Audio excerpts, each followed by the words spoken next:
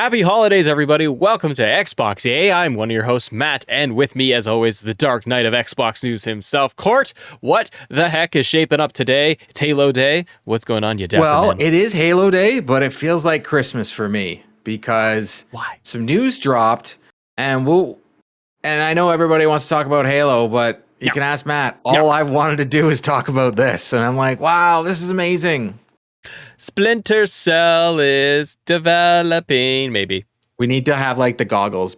Like you gotta do it. Really? Okay. I'll do it. You gotta have the three dots. Okay, fine. It's gotta be there. Ubisoft reportedly developing new Splinter Cell game. This is coming from IGN from Matt Purslow. Ubisoft has reportedly greenlit development of a new mainline Splinter Cell game, Court.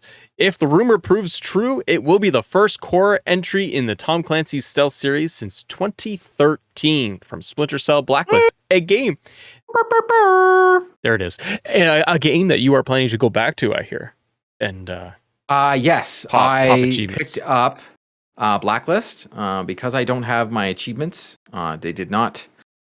It still hurts. But anyways, it does give me a chance to go back and play some of the games that I truly love that I played on 360. So I am going to start with Blacklist because it's one of my favorites, and then I'm going to play Conviction, and then I think Double Agent. I think because those are the backwards compats, and I'm going to play them all, and I can't wait. I'm going to start with Conviction. Even though it's Halo Day, we finished it. I'm going to start with Blacklist today. It's Blacklist Day to me. There you go. The report from VGC claims that multiple development sources have revealed that a new Splinter Cell is in an early phase of production, with a small chance of the game being announced in 2022. The project has apparently been greenlit as part of an effort to appease frustrated Tom Clancy and Splinter Cell fans who have been less than happy with Ubisoft's treatment of the brand over the last few years. No further details were provided in the report, aside from the suggestion that the new Splinter Cell will be developed outside of Ubisoft's flagship Montreal studio. Ubisoft Montreal developed key Splinter Cell games, including Original, Chaos Theory, and Conviction. The most recent game, Blacklist, was developed at Ubisoft Toronto. Shout out to Canada. In the years since Blacklist, Splinter Cell's protagonist Sam Fisher has appeared in numerous other games, but never starred in his own show. Appearances in Ghost Recon Wildlands, Breakpoint, Siege, etc. Should the rumor prove to be true, then fans will be cautiously waiting to see exactly what kind of game this will actually be. Court, talk to me. You are a massive fan of Splinter Cell games. I really enjoyed Blacklist. I played Chaos Theory, but I was coming from the PlayStation side and then migrated over to Xbox over the years.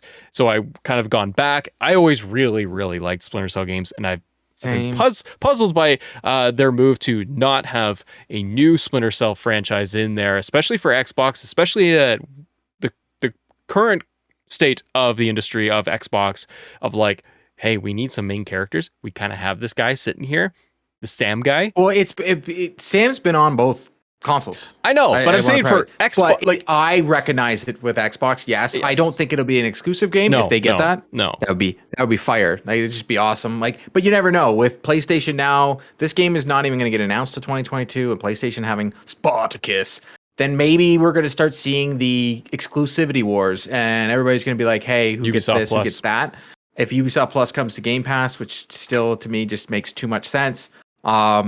Then it's going to be associated with Xbox. But I want to speak to, they think it's going to be an open world. And I know a lot of fans might freak out from this, especially the level design of a Splinter Cell game where you have to do everything perfectly, or you have to do this, do that, almost like a Hitman game. But Splinter Cell is the reason I fell in love with the Ubisoft game design. I don't mind the idea because they've done such a great job with Assassin's Creeds, with the open world concept. And when you look at the way you kill and what you have to do in some Assassin's Creeds and some missions, it's a lot like old Splinter Cell, except it doesn't, like Assassin's Creed's got no gun. Splinter Cell has the gun and you're doing it stealthily. I'm very excited to hear more and see more. I think it's not too little too late, but it's pretty close to too little too late.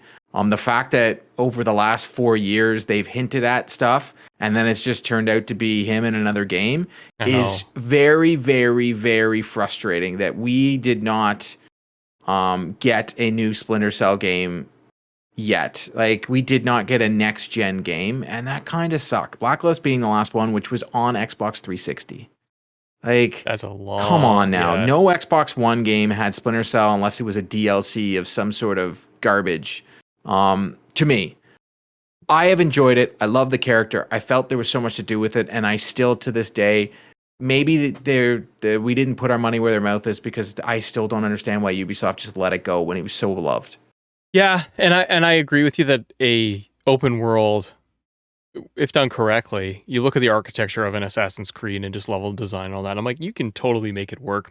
You can take elements of it and put the Splinter Cell spin on it to have, like, let's go into areas of a map or of the city or something, and you got to clear out this whole larger space so it's open world, but not silly where it's like You Sam's walking around the street. Yeah, but you could almost do like a Halo Infinite open world where you're That's what I was open world thinking. out here, and then you go into these linear paths. Like Yeah. when they did the Division 2 and they had the crash plane in it and you could see it, and I was like, that's the plan. Ah, why are you doing more of these things where you're pissing me off? That's open world. They could do those kind of things. Like the Division does a lot of things where you go underground. Yeah. So it's open world and then you go underground to do things. They could do the same thing with Splinter Cell. He could be open world and then he's got to go into a building. Once he goes into the building, it's a linear path.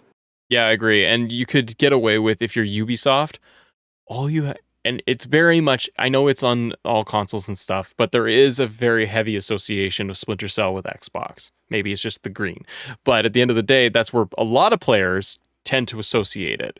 All you got to do is Siphon Filter was PlayStation. I know. And all you got to do as Ubisoft is, it's 2022, they're talking about a potential reveal.